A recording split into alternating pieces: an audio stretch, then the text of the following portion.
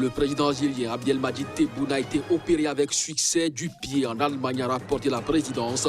Il s'était envolé pour la deuxième fois à Berlin à la suite de complications post-Covid. L'angoisse au cœur de l'église catholique au Burkina Faso. Un prêtre est porté disparu dans la région de Banfora, dans le sud-ouest du pays. Le lieu de l'enlèvement présumé est proche de la Côte d'Ivoire et du Mali. Une page s'est tournée hier à la tête des États-Unis. Le 46e président a prêté serment au Capitole avec sa vice-présidente. Joe Biden a promis rassembler les Américains et défendre la démocratie.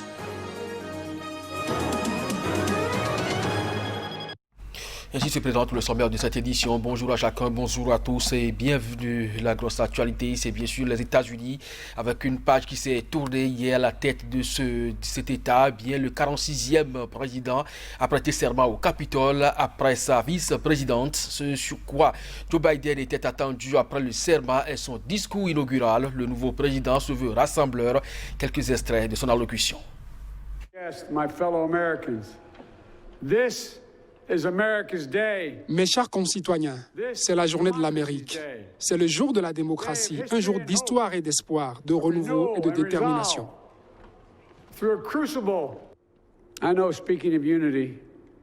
Je sais que parler d'unité peut paraître pour certains un fantasme insensé de nos jours. Je sais que les forces qui nous divisent sont profondes et réelles, mais je sais aussi qu'elles ne sont pas nouvelles.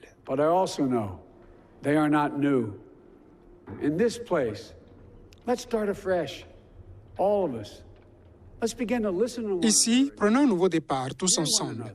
Recommençons à nous écouter les uns les autres, à nous entendre, à nous voir, à nous respecter les uns les autres. La politique n'a pas à être un feu furieux, détruisant tout sur son passage. Tous les désaccords ne doivent pas mener à la guerre totale. Et nous devons rejeter la culture où les faits eux-mêmes sont manipulés et même inventés.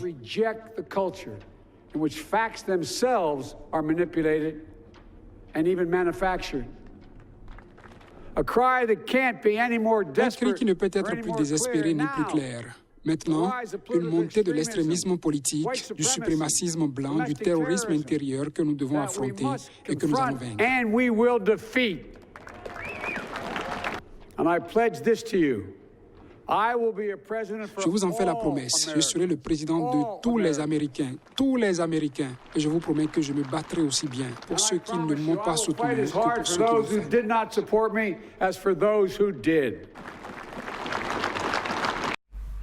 Il a promis de ne pas être à l'investiture de son successeur et il a fait. Donald Trump s'est envolé de la Maison-Blanche quelques heures avant l'arrivée du nouveau locataire, une première dans l'histoire moderne des États-Unis. Ils étaient tous là, ou presque.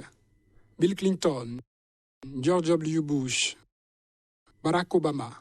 De cœur avec eux, Jimmy Carter, qui, sous le poids de l'âge, a fait l'amitié au nouveau président en l'appelant la veille de l'investiture. Fidèle à sa parole, Donald Trump n'a pas voulu accueillir son successeur, une première dans l'histoire moderne des États-Unis d'Amérique.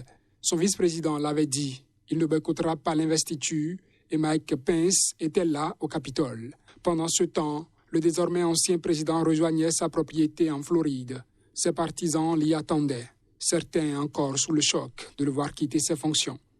I'm very sad and upset. Je suis très triste et fâché car je sais qu'il a largement gagné, nous le savons. We know that.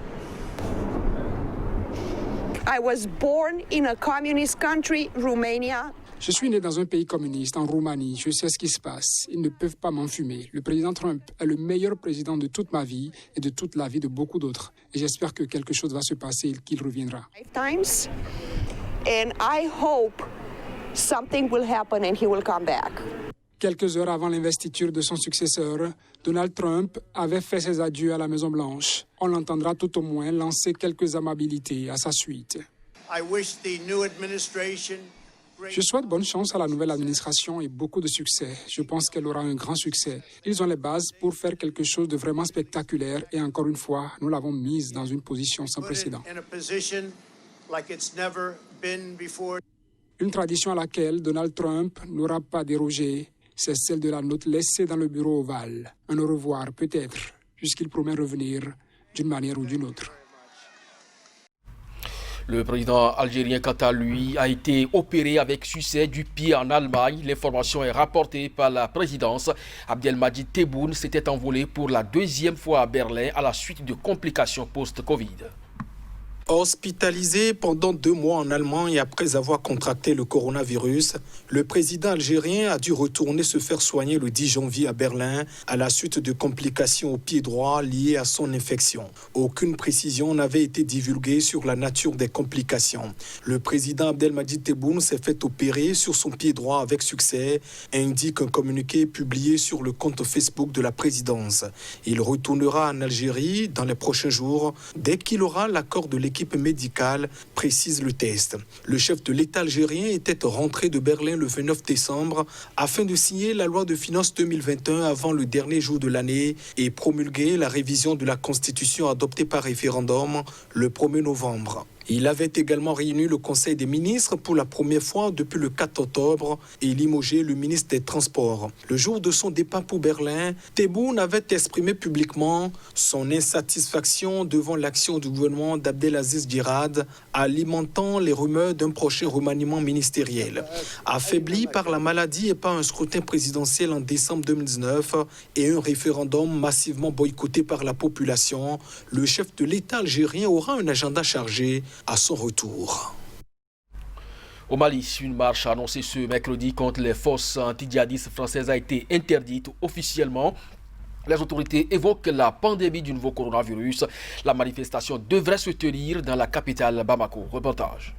La manifestation au monument de l'indépendance, lieu traditionnel de rassemblement dans le centre de la capitale, n'est pas autorisée à cause des mesures de lutte contre la Covid-19, a déclaré le directeur de cabinet du gouverneur de Bamako. Les dirigeants du collectif formé d'organisations de la société civile, de partis politiques et d'activistes qui avaient appelé à manifester se sont réunis ce mercredi matin pour définir leur stratégie. La France, engagée militairement depuis 2013 au Mali, y déploie ainsi qu'au Sahel, 5100 soldats dans la force anti-djihadiste Barkhane. Cette présence militaire suscite régulièrement des expressions d'animosité sur les réseaux sociaux, dans la bouche de certaines personnalités et lors de manifestations épisodiques à Bamako.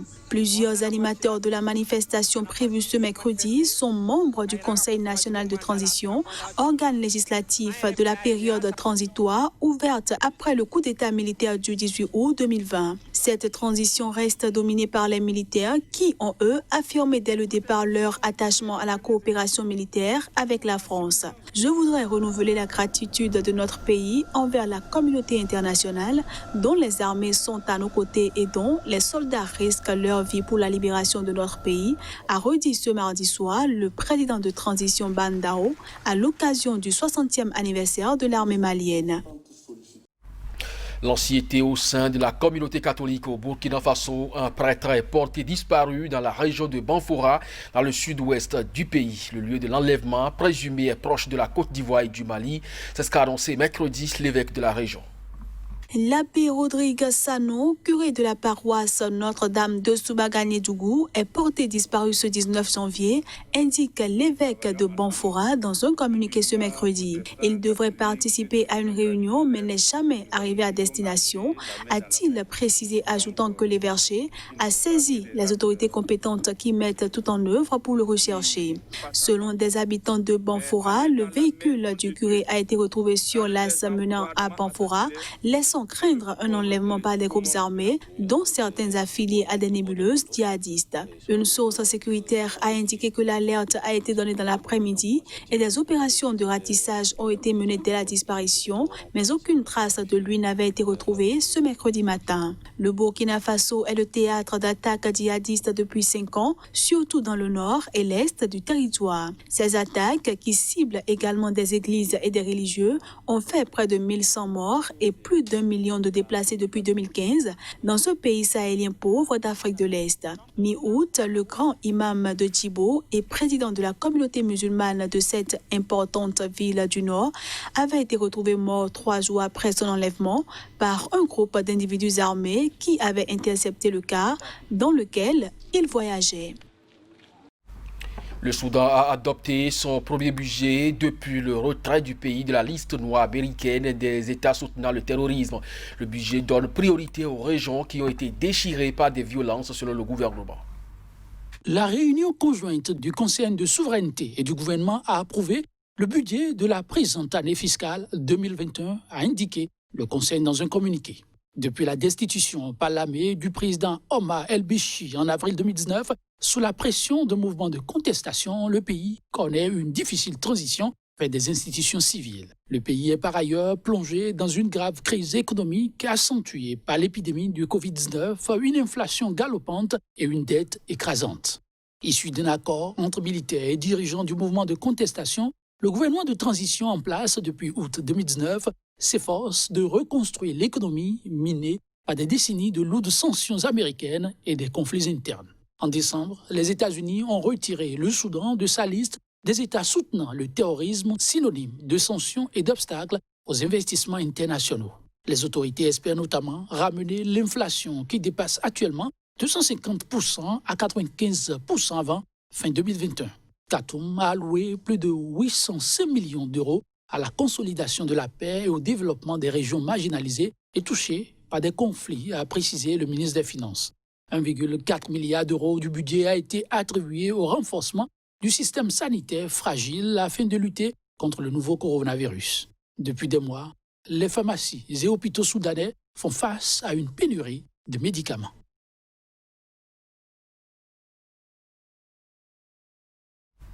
Ce sera donc tout pour cette édition. Merci de nous avoir suivis. Bonne journée en compagnie des programmes de SICA. À très bientôt.